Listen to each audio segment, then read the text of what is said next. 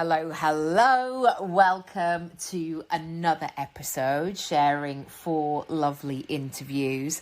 I have so enjoyed going behind the scenes and revisiting and rediscovering, even though I was totally there at the time, these interviews. And I just feel so happy that I've got to speak to so many brilliant people.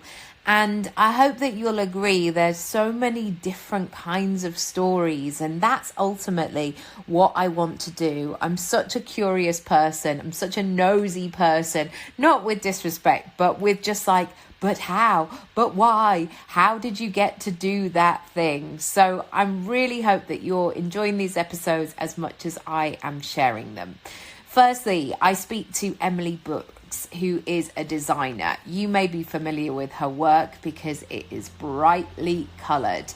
At the time of recording, she was very much into her products and still is, but now she is taking colour into people's homes. So do check out her Instagram. She will take you behind the scenes and you'll get to have a peek at lots of different houses too. Next, I'm talking to Christabel Saul, who is the founder and curator of The Mother Maker. This woman is get SHIT done kind of person. I just love her flair, her imagination. I love following her online, sharing her beautiful family and their trip to Australia. And she's a real supporter of women and especially mothers, and bringing together their skills and supporting people and really putting her actions out there and doing the thing, not just talking about it, but actually doing it. Ingrid Fernandez is episode 27, and she's somebody you're going to want to speak to if you are having website, legal, oh my goodness, what is the protocol here kind of chat. She's a legal expert, and she can help you with your GDPR and contracts and protecting your work. Please don't be put off by the title of this episode. I promise there's lots of lightness, there's lots of laughs in this, but it's a really essential one, especially if you're a business owner too. And episode 28 is with Lucy Sheridan, who is one of my besties.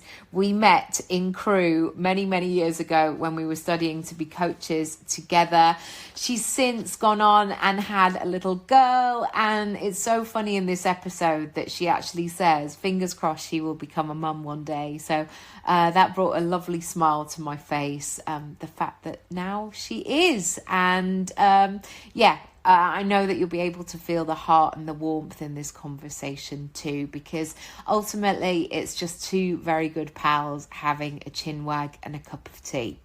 As always, if I can support you further, if you're thinking, I've got to do the thing because we're in August, and if I'm not going to do it now, when am I going to do it? Do get in touch. There are so many different ways that I can support you at various price points and different packages and all sorts of things. So do check out my shop, nikkiraby.com/shop. There is where everything lives. So do check it out, and I'll speak to you soon. Enjoy the episodes. Because I think people can project whatever they want of themselves onto Instagram.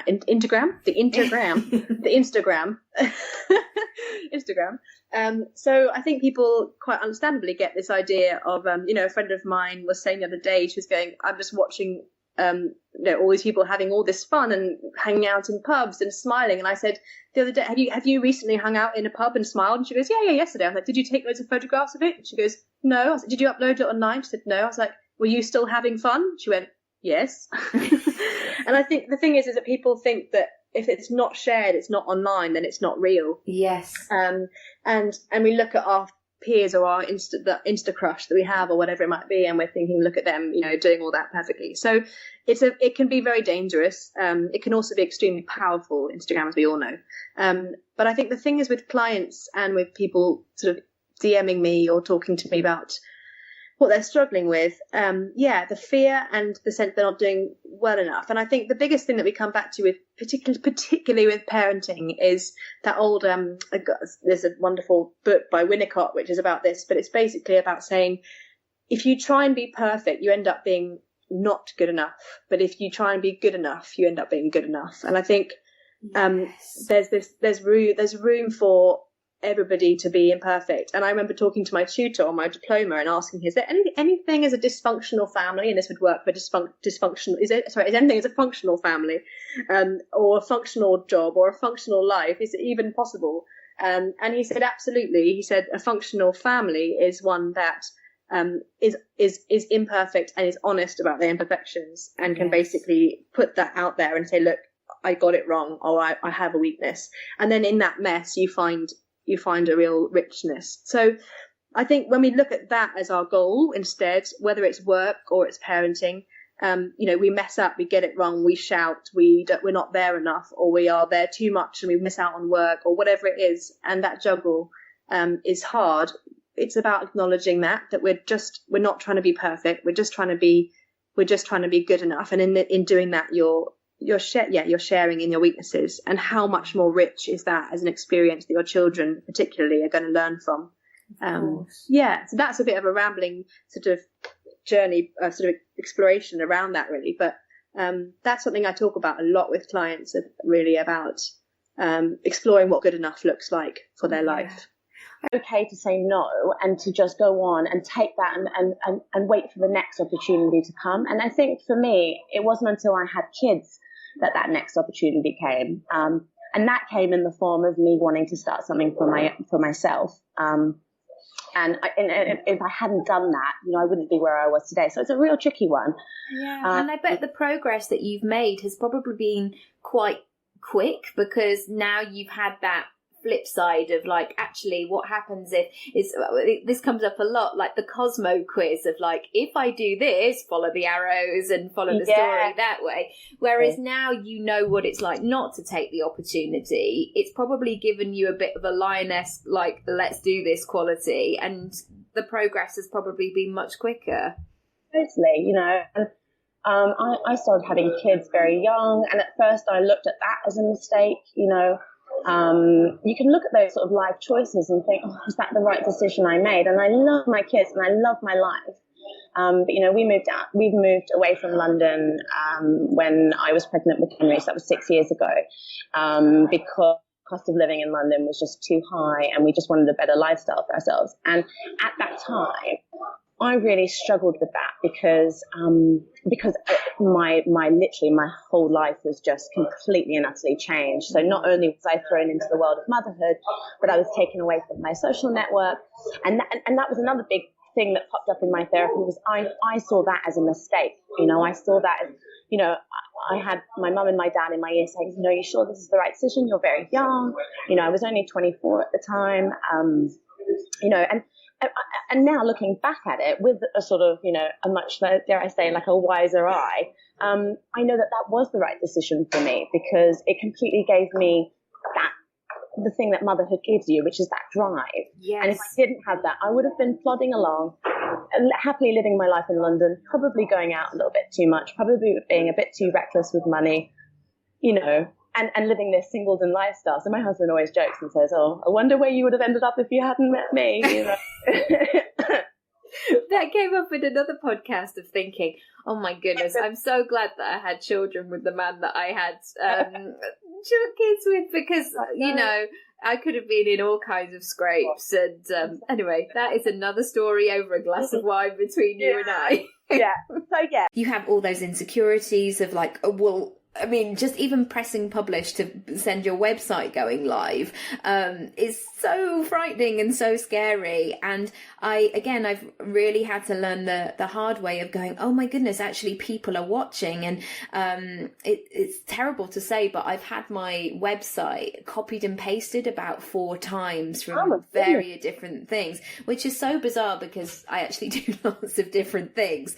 So it's really made me click into going, okay, I need to see myself in a different light. And I think sometimes as business owners, we can put off those things because we'll say, oh, we'll do it when we need it. And actually, you kind of need to do it now to look after yourself.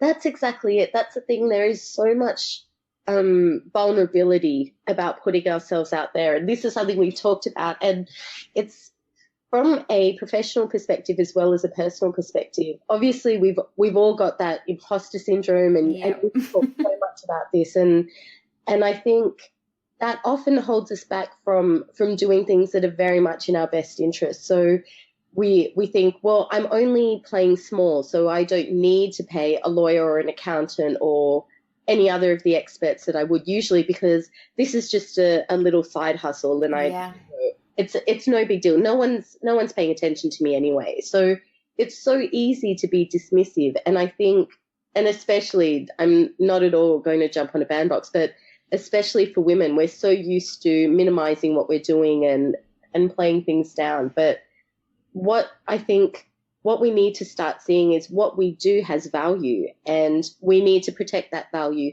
It's not necessarily monetary value. It's like you say, people stealing content and people, copying and pasting things.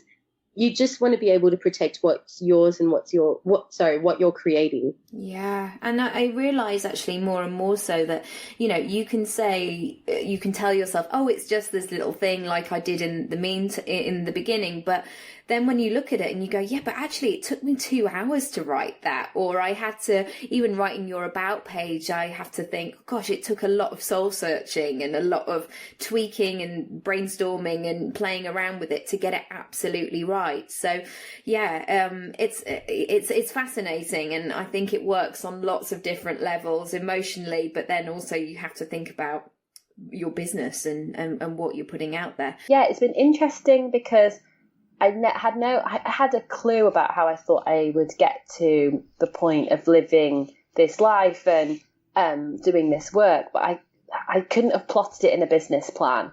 And there have been some big U-turns and a lot of hugging the radiator crying moments as well. I mean, that's what I try and be really transparent online. If I'm having a bad day, I'll talk about it. If I'm having a good day, I'll talk about it, because that's real life. It's the good and the bad there. But I'm really grateful for where the work has taken me so far and the people I've met, and just the feeling I'm just even helping one person's enough. But I am really, really grateful for how things have turned out so far.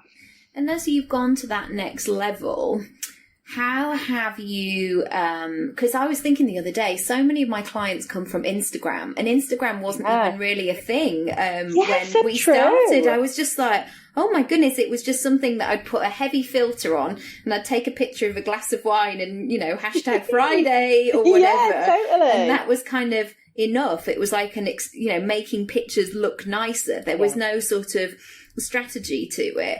As your following has increased and that sense of people knowing you and you becoming more visible, what boundaries have you had to put in place, and how have you managed that? Because they weren't saying that when we were training to be coaches. And I think this is the thing that these days, in order to have that presence or to get clients or whatever, it isn't just from sending a newsletter every week. There's a lot more to it than that. And there's a lot more competition, I would say. So how have you navigated that progress apart from using wine? Yeah. I think for me, what I found it's about, and you and I have talked about this before, Nix, but it's about less doing and more being. So being the type of person that has good boundaries, and when you say the word boundary, that brings to mind for me, a boundary for me is an energetic line in the sand which tells people what you're available for and what you're not available for. So then just giving you're able to give out energetically almost what's going to be cheeky and what's not. I didn't used to have any boundaries, so I would have very depleted energy, and I get people asking me, I get people that I didn't know on Facebook saying, hey, could I take you for coffee? You tell me how you got your book deal. I'd be like, no coffee you could ever buy me would make that worth my time. Yeah.